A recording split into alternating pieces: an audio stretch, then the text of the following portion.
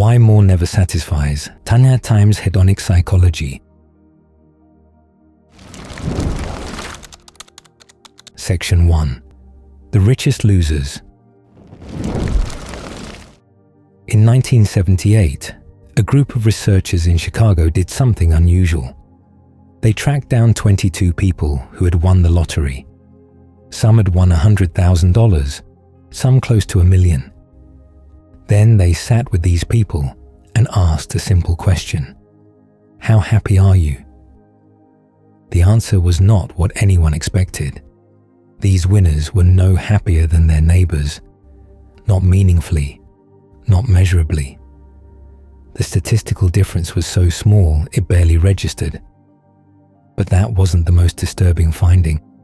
When the researchers asked about ordinary pleasures, eating breakfast, talking with a friend, hearing a joke, the lottery winners enjoyed these things significantly less than people who had won nothing, $1 million, and breakfast had lost its taste.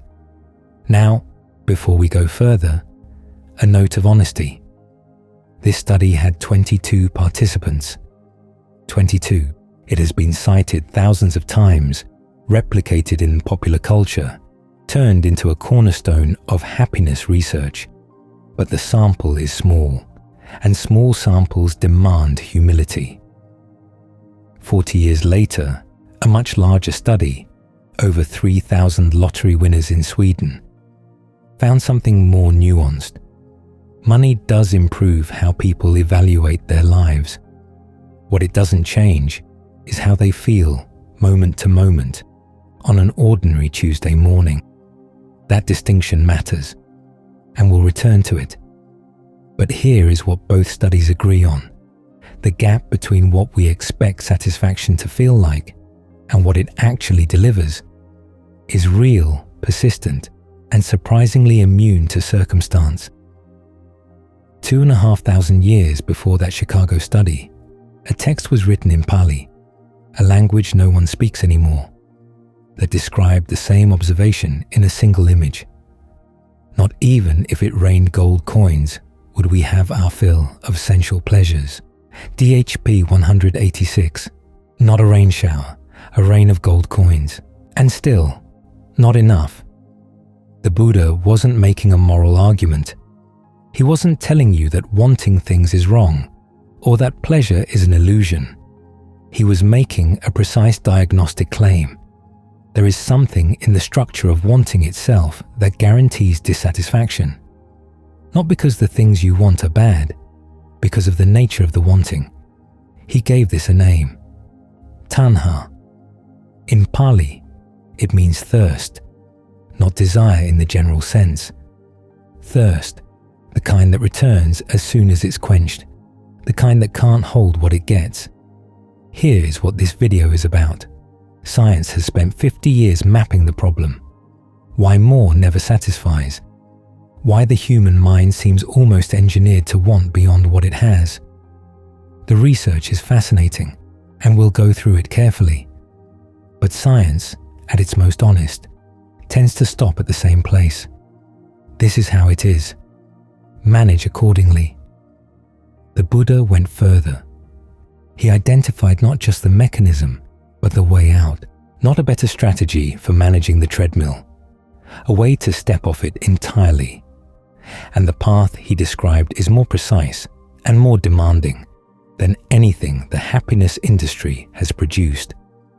By the end of this video, you'll have seen both the science and the teaching, and you'll understand why they converge on the problem, and why only one of them offers a genuine exit.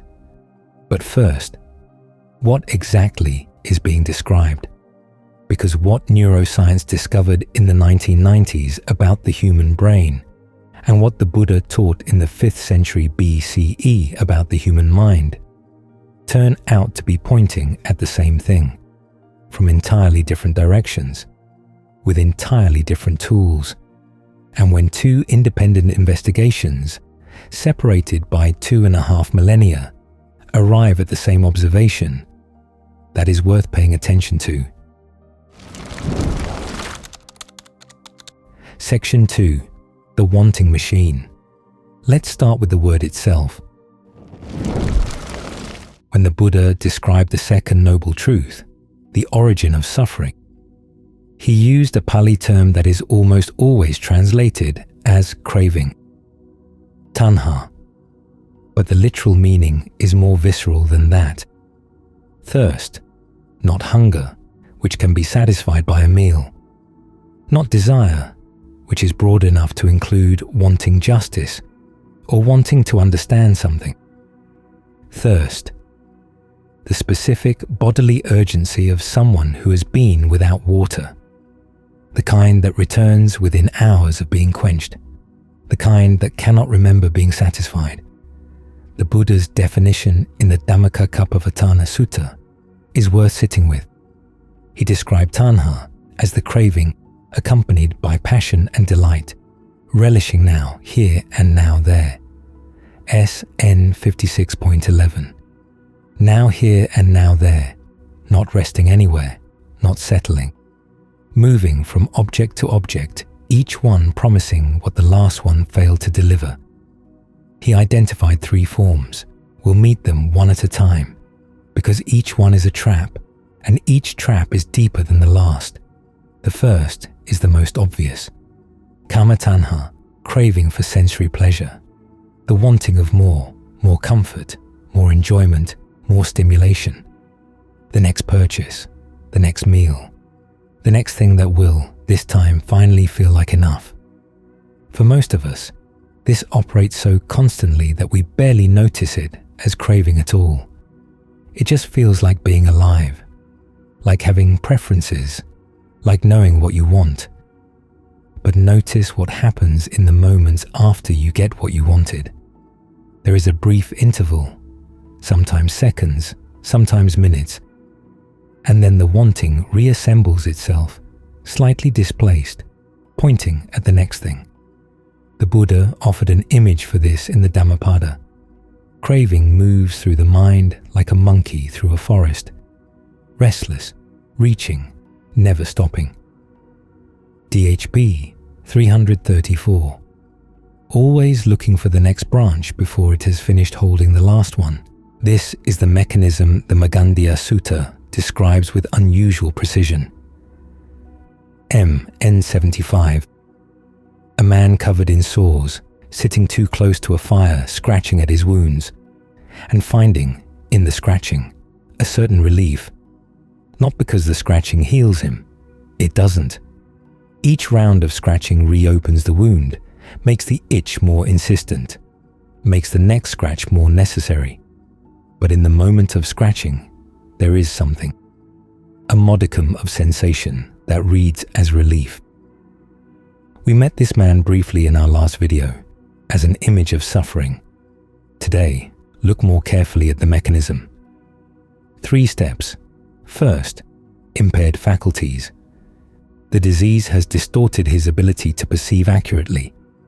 What registers as relief is actually aggravating the wound. Second, skewed perception. He cannot feel the damage being done because his sense of what feels good has been recalibrated around the itch. Third, a self-perpetuating loop. The more he scratches, the more he needs to scratch. Each satisfaction makes the next craving stronger. The Buddha's point is not that this man is foolish. His point is that this is a structural description of how kama tanha operates in all of us. In 1993, a neuroscientist at the University of Michigan named Kent Berridge ran an experiment that arrived at the same structure from a completely different direction. His team depleted dopamine in rats, not partially, but almost entirely. 99% gone. The rats stopped seeking food. Left alone, they would have starved. But when sugar was placed directly on their tongues, something interesting happened. Normal pleasure reactions, tongue protrusions, lip movements, the behavioral signatures of enjoyment, all present and intact. The rats could enjoy. They simply couldn't want. What Berridge had stumbled into was a dissociation, that neuroscience hadn't previously mapped clearly. The brain runs two separate systems, and they are not the same system operating at different intensities. They are genuinely distinct, running on different neurochemistry. The wanting system, what Berridge called incentive salience, is large, robust, and dopaminergic. It generates the motivational pull toward an object. It is the force that gets you out of the chair, that makes you reach for your phone, that keeps you scrolling after you stopped enjoying what you were seeing.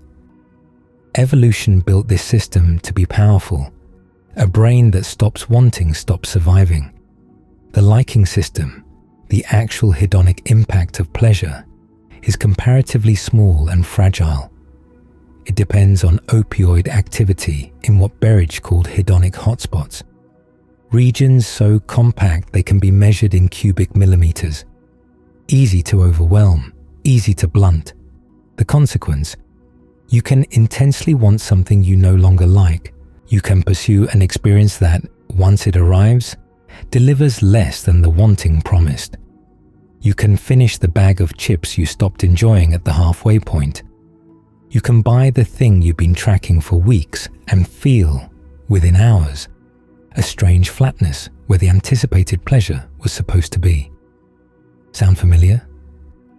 Now consider the Buddha's description again. Craving, relishing now, here and now there. Moving constantly, never settling. SN 56.11. The wanting system Berridge mapped is precisely this. Large, persistent, directed at the next object before the current one has been evaluated. It doesn't pause to ask whether the liking matched the wanting. It has already moved on. Neuroscience describes the machinery. The Buddha named the fuel. And when Berridge's research is placed alongside the Magandhya Suta's three-step mechanism, impaired perception, skewed baseline, self-perpetuating loop, the convergence is not superficial. They are describing the same cycle, from the inside and the outside simultaneously. 2,500 years before neuroscience had the tools to see it, the Buddha's diagnostic was already precise. This form of craving is not a flaw in some people. It is the default operating condition of the untrained mind. The monkey in the forest doesn't stop because it's tired. It stops only when something changes at the root. But tanha, craving for sensory pleasure, is only the first layer. Because here is what tends to happen when a person becomes sophisticated enough to see through it. When someone recognizes the flatness after acquisition, the restlessness beneath enjoyment, the way the wanting always reassembles, they shift. They stop chasing pleasure quite so openly. They start chasing something that feels more substantial. They start chasing becoming. And that is where the second trap closes around them. Section 3. The second trap. There is a particular kind of person who has seen through the first trap. They've noticed the flatness after acquisition. They've recognized the monkey in the forest, the way wanting reassembles itself the moment it's satisfied. They may have simplified their life, reduced their consumption, stopped chasing the next purchase with quite the same urgency. They feel, in some sense, more clear-eyed than they used to be. And yet, something still drives them. Something that doesn't feel like craving at all. It feels more like purpose. Like the reasonable desire to matter. To leave something behind. To be remembered. To remain relevant. To become the person they believe they're capable of being. The Buddha had a name for this too.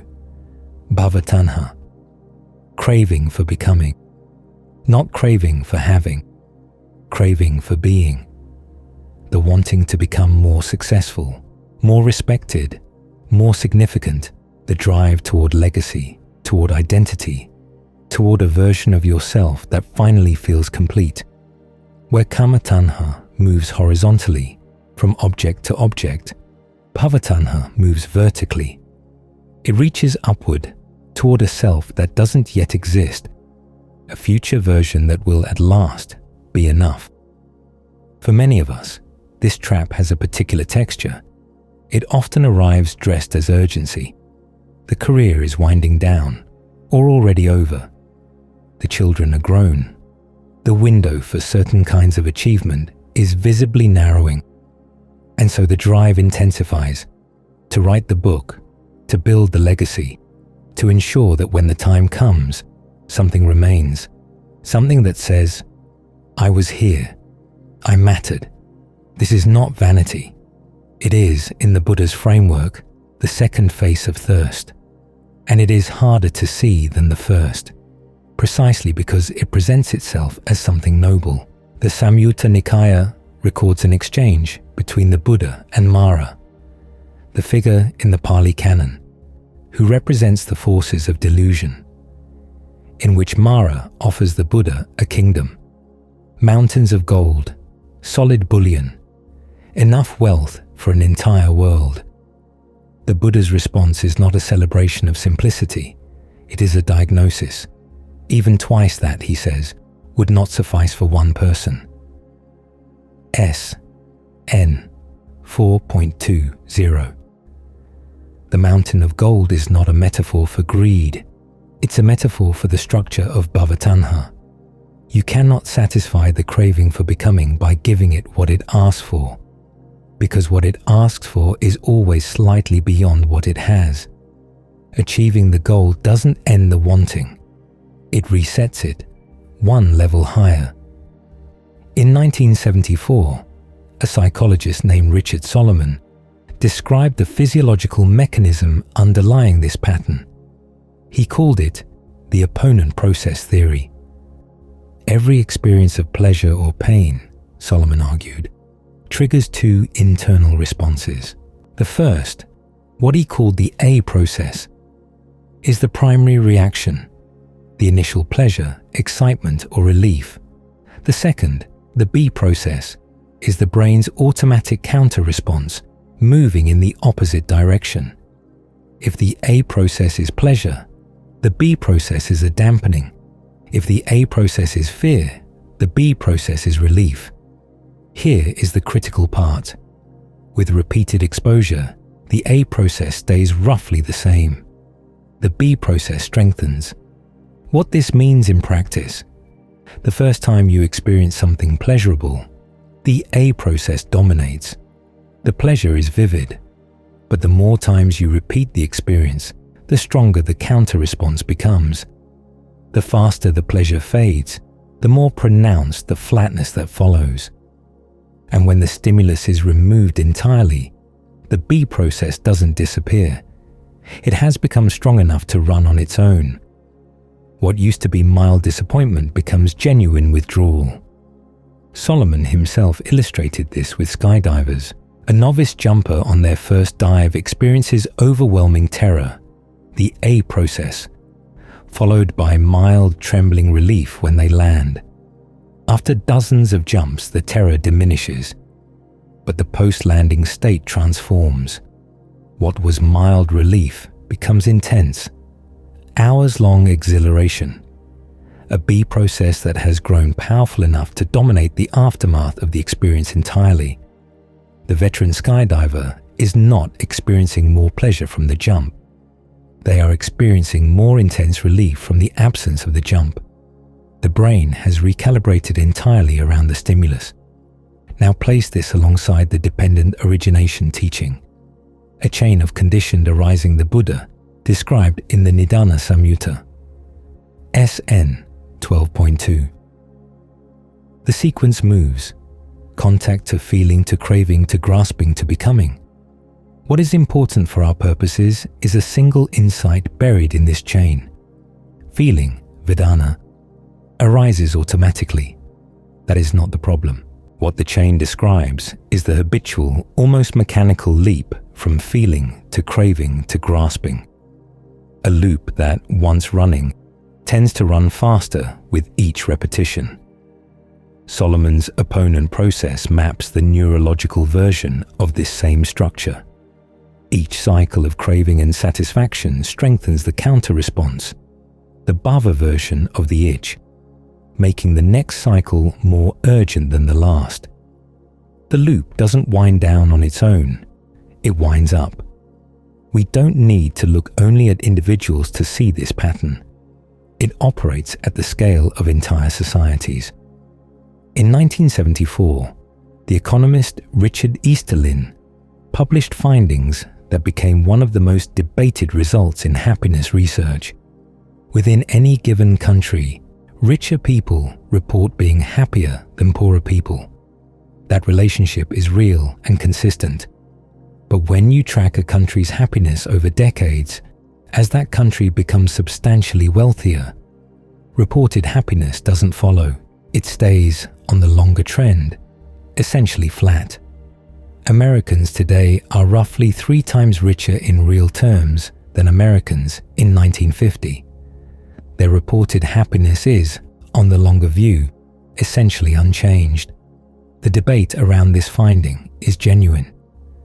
Other researchers have contested it, finding positive correlations between national income and happiness across countries.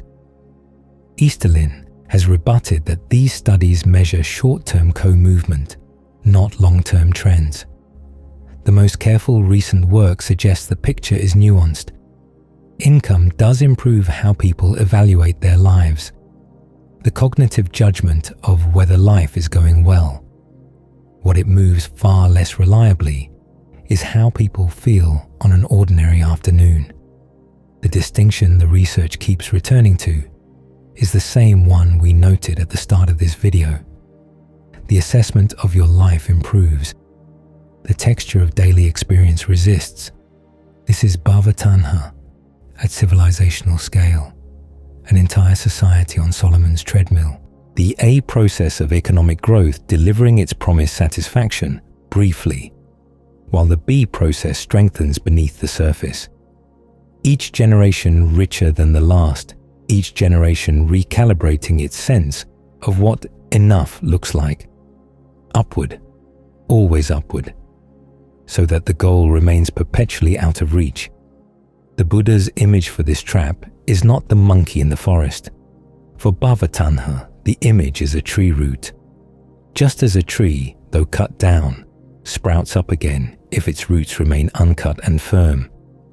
In the same way, if the root of craving is not wholly uprooted, suffering springs up again and again. DHP 338. Kama tanha can be addressed at the level of objects. Reduce consumption, simplify, practice non-attachment to things. But bhava tanha is the root beneath the root. Cutting the branches of sensory wanting leaves it entirely intact. The tree grows back, wearing the new shape of identity, legacy, significance, becoming. Most people who consider themselves beyond the first trap, the obvious craving for pleasure, have simply moved deeper into the second. And yet, there is a third. The third trap is the one that catches the most careful observers, the ones who have seen through sensory craving, who have recognized, with some honesty, even their craving for becoming, who have decided, with genuine philosophical seriousness, that the whole game is exhausting, and that what they want more than anything is simply to be free of it, the wanting to stop wanting. The Buddha had a name for this too, and the name changes everything about how the exit is understood. Section 4. The trap within the trap. Slow down for a moment. What we're about to look at requires a different kind of attention. Not the attention that follows an argument from point to point, but the attention that turns back on itself. The attention that watches the watcher. Because the third form of craving the Buddha identified is the one that hides inside the act of looking for a way out. Vibhava tanha, craving for non-becoming, the wanting of escape, the deep, exhausted wish to be free of the whole machinery, of the restlessness, the dissatisfaction, the endless cycling of the wanting mind. The person who reaches this point has often traveled a considerable distance. They've seen through the flatness of acquisition. They've recognized, with some honesty, even their craving for legacy and significance.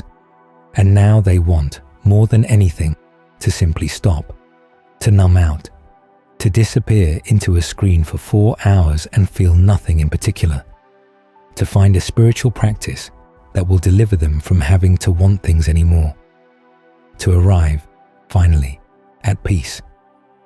The Buddha named this too, in the same breath, in the same sutta, as the other two: craving for sensual pleasure, craving for becoming, craving for non-becoming.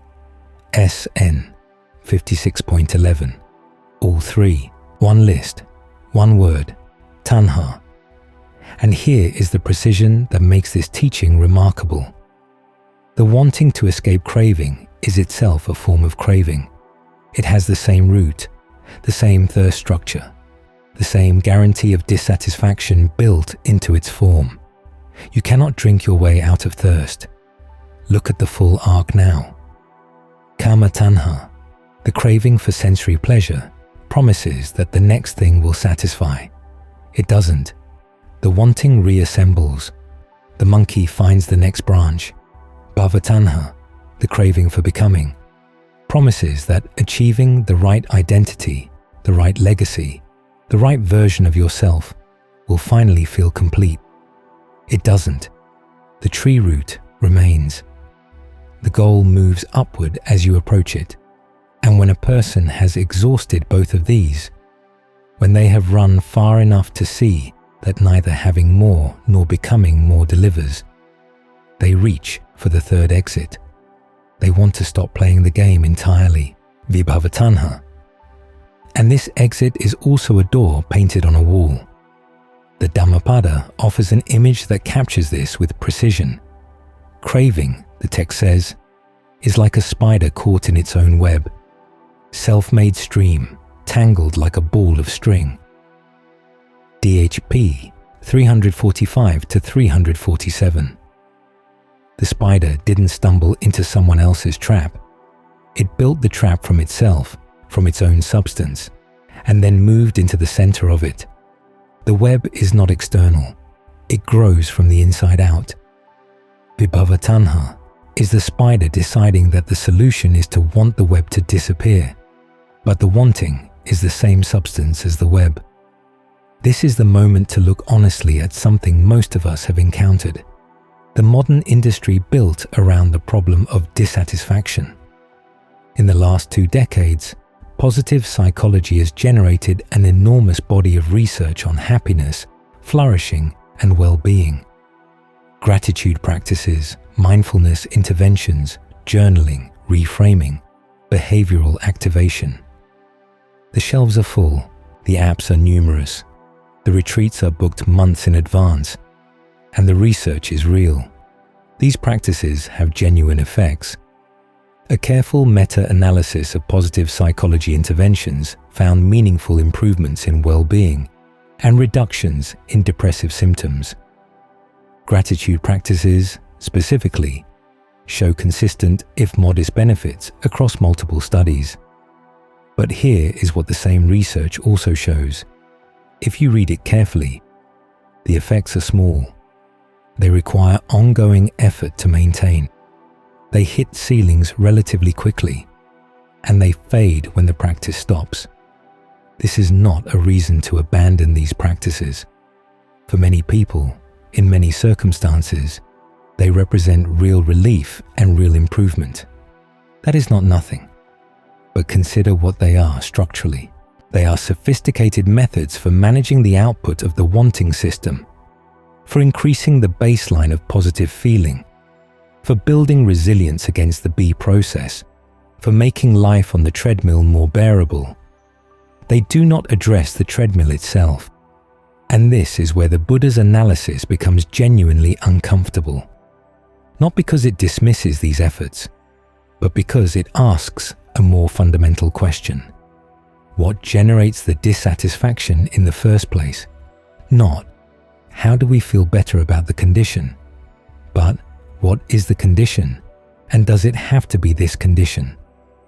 The happiness industry, at its most honest, treats the problem of tanha the way medicine treats a chronic symptom, with maintenance rather than cure. Take the gratitude practice daily. Keep the mindfulness app running. Return to the retreat annually. The symptom is managed. The root remains. This is not a criticism of the people offering these practices. It is a description of the limit of what third-person interventions, techniques applied from the outside to manage internal states, can reach. The Buddha's claim is that the root is accessible, but not through wanting it to be different, which brings us back to Vibhava Taṇhā, and why it is the most subtle trap of the three. The person who turns to a mindfulness practice because they want to stop suffering has not yet stepped outside the architecture of craving. They have redirected it, pointed it at a more refined object. The wanting is now pointing at peace, at liberation, at the cessation of the very thing they're experiencing. And because peace and liberation are genuinely better objects than chips or status, this can feel like progress. It is progress of a kind, but the structure is the same. Thirst directed at non-thirst is still thirst. The Anguttara Nikaya records a striking formulation. This body comes into being through craving, and yet it is by relying on craving that craving is to be abandoned. AN 4.159. The way out runs through the mechanism, not around it. You can't exit by wanting the exit hard enough. The door operates differently than that. So if the exit is not faster running on the treadmill and not wanting to get off the treadmill, what is it? The Buddha's answer is precise, more precise and more demanding than anything we've looked at so far. It begins not with wanting less or wanting differently, but with a gap, a small gap, almost invisible, that exists between feeling and craving, a space that most of us have never noticed because we've never been still enough to see it. That space is where everything changes. Section 5. The exit. Go back to the chain. Contact to feeling, to craving, to grasping, to becoming. SN 12. 2. The Buddha's analysis of dependent origination is one of the most intricate maps in all of religious philosophy. 12 links, each conditioning the next, running in a loop that generates, sustains, and perpetuates suffering. We are not going to follow every link tonight. That is a different video and a longer one. But there is a single point in this chain that changes everything about how the exit is understood. Vedana, feeling, arises automatically. Contact happens. The eye meets a form, the ear meets a sound, the mind meets a thought. And in the wake of contact, feeling arises. Pleasant, unpleasant, or neutral. This is not a choice. It is not a failure of discipline or wisdom. Feeling is what a living nervous system does. The Buddha is not asking you to stop feeling. The leap, the habitual, almost mechanical leap, is from feeling to craving, Vedana to tanha. And what the teaching proposes with quiet precision is that this leap is not inevitable. There is a gap between feeling and craving. Most of us have never seen it because we have never been still enough or trained enough to notice the space before the reaching begins.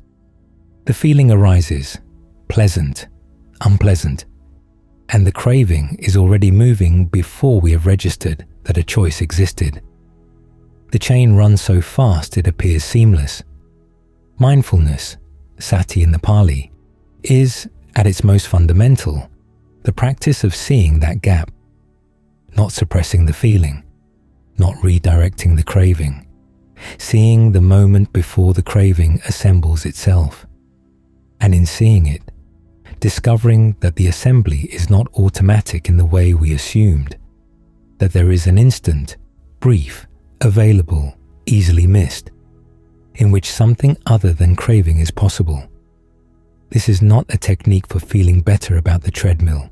It is the beginning of understanding that the treadmill has an off switch, and that the switch is located not in the external world, but in the interval between stimulus and response, which brings us to the third noble truth. The Buddha called it Nirodha, cessation. And it is worth being precise about what is being claimed here, because the claim is easily misunderstood in both directions. The third noble truth is not a promise of numbness. It is not the extinction of experience or the flattening of feeling into permanent neutrality. The Udana records one of the most precise formulations in the entire Pali Canon. There is, monks, an unborn, unbecome, unmade, unconditioned UD 8.1. The text is not describing the absence of something. It is pointing, carefully, at the limit of language, towards something that exists outside the conditioned chain entirely. The cessation being described is the cessation of tanha, of craving, not of experience. S.N. 56:11. The remainderless fading of the thirst, not the remainderless fading of the person doing the thirsting. Now place this alongside what the science says about set points. In 1996, psychologists David Licken and Auke Tellegen published findings from a long-running twin study suggesting that roughly half the variance in subjective well-being is genetic, and that the stable component of happiness shows heritability approaching 80% over decade-long retests. Their conclusion was striking enough that Licken himself put it plainly. Trying to be lastingly happier might be about as achievable as trying to be lastingly taller. This finding has since been revised. Later research by Ed Diener and colleagues found that set points can shift, that major life events like sustained unemployment, widowhood, and severe disability do cause lasting changes, not just temporary deviations. The picture is more nuanced than Licken's early formulation suggested, but the core observation stands. There is a baseline, a floor to which experience tends to return, regardless of what rises above it or falls below it. The treadmill, in neurological terms, has a default speed. Science maps this floor, measures it, finds it remarkably resistant to most interventions. The Buddha evaluates the floor and finds it wanting, and then says something science has no framework for. The floor is conditioned. It arises through a specific chain of causes, and what is conditioned can, in principle, be unconditioned. Nirodha is not a better set point. It is not an elevated baseline, a higher floor from which experience operates. It is the cessation of the conditions that generate the baseline structure altogether. Science says, this is the floor. Here is how to make peace with it. The Buddha says, the floor is not the ground. There is something beneath the floor, and it can be reached, not by wanting it harder, but by understanding with increasing precision what builds the floor in the first place. This is not mysticism deployed as a rhetorical escape hatch. The third noble truth is structurally continuous with the second. If craving is the origin of suffering, then the cessation of craving is the cessation of suffering. The logic is exact. What is being claimed is not a miracle. It is a completion of the diagnosis. But here is where a critical misunderstanding tends to enter. And it is a misunderstanding the Buddha anticipated directly in the canonical record. If tanha, craving, is the problem, the obvious conclusion seems to be stop wanting things, desire less, want nothing. Arrive at a state of pure acceptance, pure equanimity, pure release from the pull of preference. The Brahmana Sutta records a challenge to this exact conclusion. A man named Unaba puts the objection to Ananda, the Buddha's closest attendant, with genuine philosophical force. If the goal of the path is the abandonment of desire, he argues, then using desire to reach that goal is self-defeating. You cannot want your way to non-wanting. The instrument undermines the aim. SN 51.15. Ananda's response is precise enough to have survived 2,500 years of scrutiny. He asks Unaba to think about what it means to decide to go for a walk. Before the walk, there was a desire to walk. During the walk, that desire is the engine of movement. When you arrive at the destination, that specific desire is resolved, not suppressed, not denied, but completed. It has done its work and released. The Buddha, Ananda explains, walked this same structure all the way to awakening. The desire not to be subject to birth, aging, illness, and death. This was precisely the desire that set the path in motion. The wanting of liberation is what sustains the movement toward liberation. And when liberation is reached, that wanting is not violently extinguished. It is fulfilled and falls away. This is the distinction the Buddha drew, with care because it matters enormously, between tanha and chanda. Tanha is compulsive, reactive, rooted in the delusion that the next object will finally satisfy the thirst. It is the monkey's reaching. It runs on the wanting system Berridge mapped, large, dopaminergic, indifferent to whether the liking matches the wanting. Chanda is something else entirely, intentional aspiration, a wanting that is clear-eyed about what it wants and why. In the Pali Canon, Chanda is listed first among the 4 bases of spiritual power, the Iddhipada, the foundational qualities through which transformation becomes possible. S. N. 51.15. It appears explicitly in the Buddha's definition of right effort. D.N. 22. It is not the enemy of the path. It is the fuel of the path. The Anguttara Nikaya captures the paradox cleanly. Craving brings the body into being, and yet it is by relying on something like craving that craving is abandoned. A.N. 4.159. Not by suppressing desire, not by achieving the perfect neutrality of someone who wants nothing, but by redirecting the energy of wanting away from the objects that guarantee dissatisfaction toward the one orientation that resolves the mechanism itself. A scholar who spent decades working with these texts wrote, and I am paraphrasing here, that unskillful desire is the cause of suffering, while skillful desire forms part of the very path to its cessation. The instrument and the aim are not opposed. They are, at the deepest level, made of the same material, and the practice consists in learning to work that material differently. You abandon the craving not by wanting it gone, but by arriving somewhere that makes the craving unnecessary. As Thanissaro Bhikkhu put it, you abandon the desire because you've arrived. The wanting doesn't have to stop. It has to be redirected. And that redirection is not a minor adjustment to how you live. It is the most fundamental reorientation the Buddha described. The difference between a life organized around thirst and a life organized around waking up from thirst. Section 6. Go back to those 22 people in Chicago. $1 million. And breakfast had lost its taste.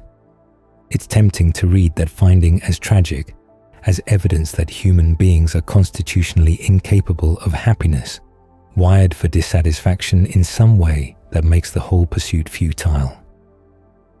That is one reading. It is not the Buddha's reading. The Buddha would read it as a precise and useful observation, not a reason for despair, a reason to look more carefully at the mechanism, Because if $1 million doesn't move the needle, the problem is not that you haven't found the right amount of money yet. The problem is that you've been looking in the wrong direction entirely. Science arrived at the same observation through 5 decades of careful research. The hedonic treadmill, the wanting system that outpaces the liking system, the opponent process that strengthens the counter-response with every repetition, the Easterlin paradox playing out at the scale of entire civilizations, all of it pointing with increasing precision at the same conclusion. The architecture of ordinary wanting is not designed to deliver what ordinary wanting promises. At this point, science tends to offer 2 responses. The first is acceptance. This is the nature of the mind, and wisdom lies in making peace with it. The second is management. Here are practices that can raise the baseline, reduce the amplitude of the downs, build resilience against the B process. Both responses are honest. Neither of them is wrong, and neither of them is the third noble truth. The Buddha's departure from science is not at the level of observation. On the observation, they agree completely, 2,500 years apart, using entirely different methods, arriving at the same finding. The departure is at the level of what the observation implies. Science says, the treadmill is real, the set point is stubborn, and here is how to run more skillfully. The Buddha says, the treadmill is real, the set point is conditioned, and the conditions can be understood clearly enough to stop generating them. Not faster running, not better running, not a more sophisticated relationship with the running. Stepping off, and this is the part that most retellings of this teaching miss. Stepping off is not the same as wanting nothing. The path that leads off the treadmill is itself walked by wanting, by chanda, the intentional, clear-eyed aspiration that knows what it is moving toward and why. The wanting of liberation is not a contradiction of the teaching. It is the engine the teaching runs on. This is what makes the Buddha's analysis genuinely different from every version of just accept things as they are that has been offered before or since. He is not counseling resignation. He is not describing a spiritual practice of wanting less, feeling less, needing less. He's describing a precise reorientation of the energy of wanting itself, from the objects that guarantee dissatisfaction toward the understanding that dissolves the mechanism from the inside. You don't stop wanting. You discover, through practice, through attention, through the painstaking work of learning to see the gap between feeling and craving, that wanting can point somewhere other than the next branch, that the monkey can stop, not because it is exhausted or defeated, but because it has found something the forest cannot offer. The science maps the problem with extraordinary care. And the problem is real and worth mapping, and the map is useful. But the Buddha drew a different kind of map, not of the territory of dissatisfaction, but of the road out of it. He didn't say, stop wanting. He said, there is a wanting that eats you alive, and there is a wanting that sets you free. The work, the only work that reaches the root, is learning to tell them apart.